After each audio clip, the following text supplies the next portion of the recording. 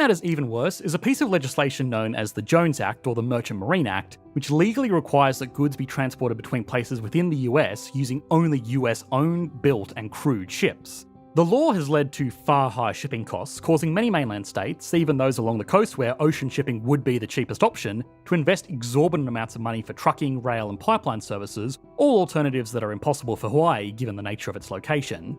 The vast majority of the world's shipping fleet does not comply with Jones standards because US ships and crew are more expensive than what most ships sail under, which is a flag of convenience. Registering a ship in a country like Panama lets shipping companies pay fuel registration costs and hire crews from whatever low-cost labour force they like. Basically, the flag of convenience allows for the state of Hawaii to receive goods from East Asia using normal ships, but if they wish to receive goods from the mainland, they end up paying a hefty premium, about $1.2 billion annually.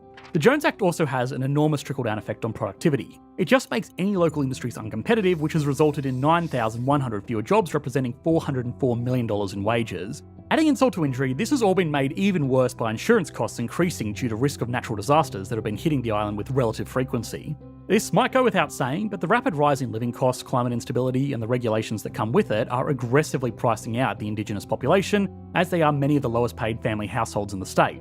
This economic situation means that the only people that move to the island are either there because they're rich already from the mainland, are there on military service, or are researchers that have to be there.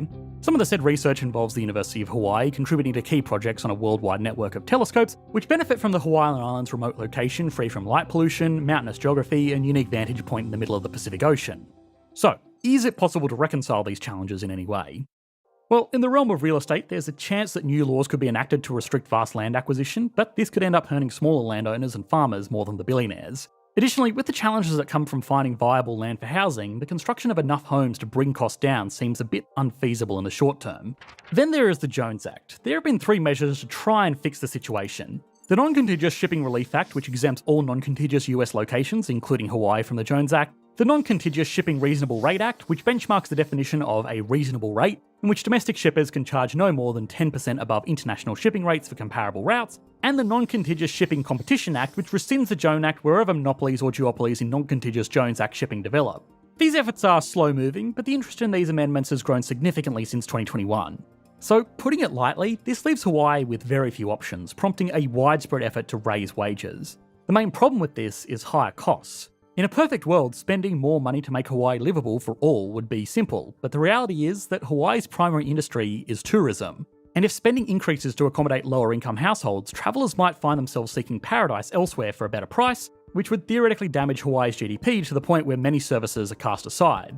Of course, nobody can predict the future, least of all economists, but if the risks end up not paying off in a big way, Hawaii could cease to be a go-to destination, losing a large share of what is itself a large share of its economy, eventually quite possibly turning into just another isolated military base and getaway for the ultra-wealthy. Regardless of how the Hawaiian recovery will manifest, the state and its people are running out of options. Whether one calls it the price of paradise or something more accurate and provocative, because now it's a lot more than just the price of paradise. Okay, now it's time to put Hawaii on the Economics Explained leaderboard. Starting as always with size, Hawaii has a GDP of 108 billion US dollars. As always, this data is not taken from the World Bank like most national economies because the World Bank doesn't measure individual states. It's instead taken from the US Bureau of Labour Statistics.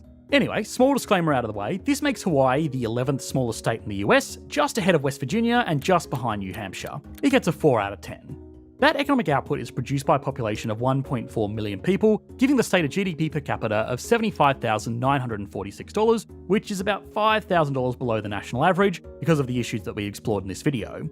Although it must be recognised that the USA is a remarkably productive country, so it still gets a 9 out of 10. Stability and confidence is great. It's a US state with a direct line of federal support. It only loses a point due to the impacts of increasingly common natural disasters and the additional cost of operating in the state. It gets a 9 out of 10. Growth has been strong even if it was fueled by a lot of outside investment coming from the mainland. The state has grown roughly in line with the rest of the USA, which itself has been one of the fastest growing major economies in the world over the last decade. It gets an 8 out of 10, only really falling behind true economic miracles. Industry is a bit of a disappointment. Obviously, Hawaii, with its small population and remote location, was never going to be the next California or Texas, but it has become overly dependent on just a handful of industries that by their nature can't ever generate that much wealth. A hotel manager is never going to produce as much economic value as an engineer at a technology company, which means wages can only grow so much to keep up with living costs on the islands. Because of this, the state gets a 6 out of 10.